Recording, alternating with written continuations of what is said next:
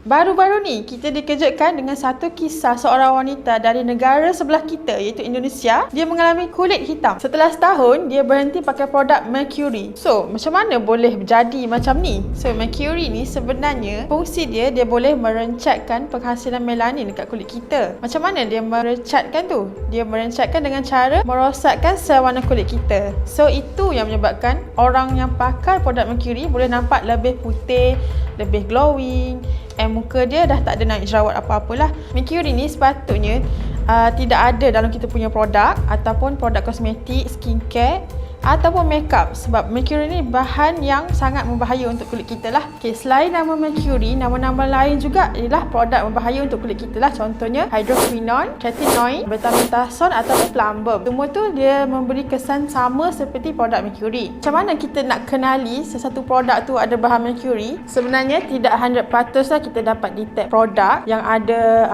bahan Mercury. Macam mana kita nak detect secara kita menilai produk tu? Kebiasaannya produk yang ada Mercury akan ada krim siang dan malam, seperti yang korang selalu dengar daripada orang yang pakai produk Mercury kan. Dia memang akan ada krim siang dan juga malam. Dan selain tu, krim tu selalunya dia akan berwarna-warni, warna kuning, warna hijau, kadang-kadang biru pun ada, surprisingly kan. Dan biasanya produk Mercury dia ada akan bau logam yang kuat ataupun bau pewangi yang kuat. Sebab apa dia guna pewangi yang banyak untuk menutupkan bau logam tu. And produk Mercury juga dia selalu akan menjamin ataupun menjanjikan yang kulit korang akan putih dalam seawal 3 hari. Kenapa benda ni boleh memberi kesan dalam masa yang singkat lah, seawal 3 hari? Sebabnya kita panggil produk Mercury ni dia ibarat produk bleaching. Dia memang akan memutihkan muka dengan memberi kesan dia merosakkan sel warna kulit. So kita kembali kepada wanita yang kita ungkit pasal berita dia dekat tadi kan.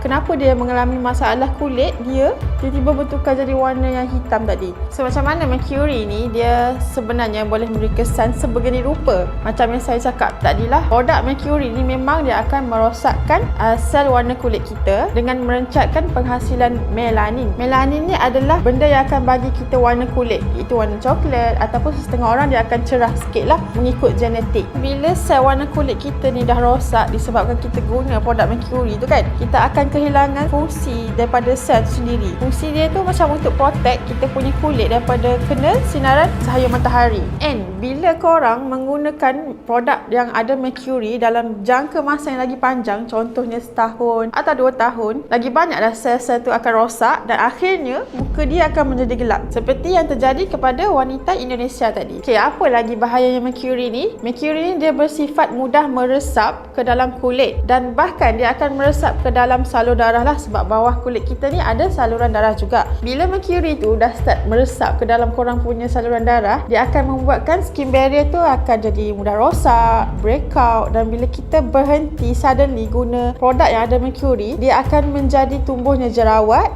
kulit jadi gelap, gatal-gatal and also menggelupas. Alasan yang selalu kita dengar lah daripada penjual produk Mercury, dia akan selalu kata keadaan kulit menggelupas ataupun kemerahan ni disebabkan sebagai oleh tindak balas penyingkiran toksin dalam badan. Semua tu salah Sebenarnya bahan tu sendiri tak sesuai dengan kulit muka kita. Secondly, bila produk Mercury dah mula meresap ke dalam saluran darah korang, dia boleh juga pergi efek kepada buah pinggang, efek kepada saraf otak. And bila semua benda ni berlaku, contoh bila dia dah pergi ke korang punya buah pinggang, tiba-tiba korang kena ada regular dialisis seumur hidup. Nak ke macam tu? Tak nak kan? Bila mana pula dia efek kepada saraf otak, korang jadi lemah, mudah letih, ada sakit kepala, tangan dan kaki mula jadi kebas, ada risiko untuk berlakunya kemurungan atau penyakit mental. Dan yang lagi menyedihkan, orang lain yang sekeliling korang yang tak pakai produk Mercury pun akan terkesan dengan mendapat kesan sampingan lah, seperti dia akan mengganggu perkembangan otak anak kecil kalau korang ada anak lah. Dan juga if you are pregnant mother, Mercury tu boleh menyebabkan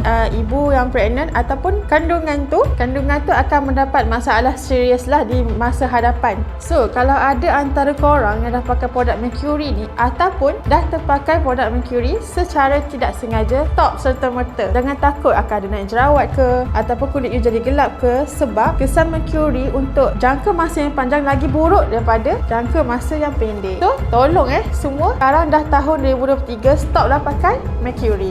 So selagi ada demand untuk pakai produk Mercury ni, selagi itulah akan wujudnya produk-produk Mercury di pemasaran.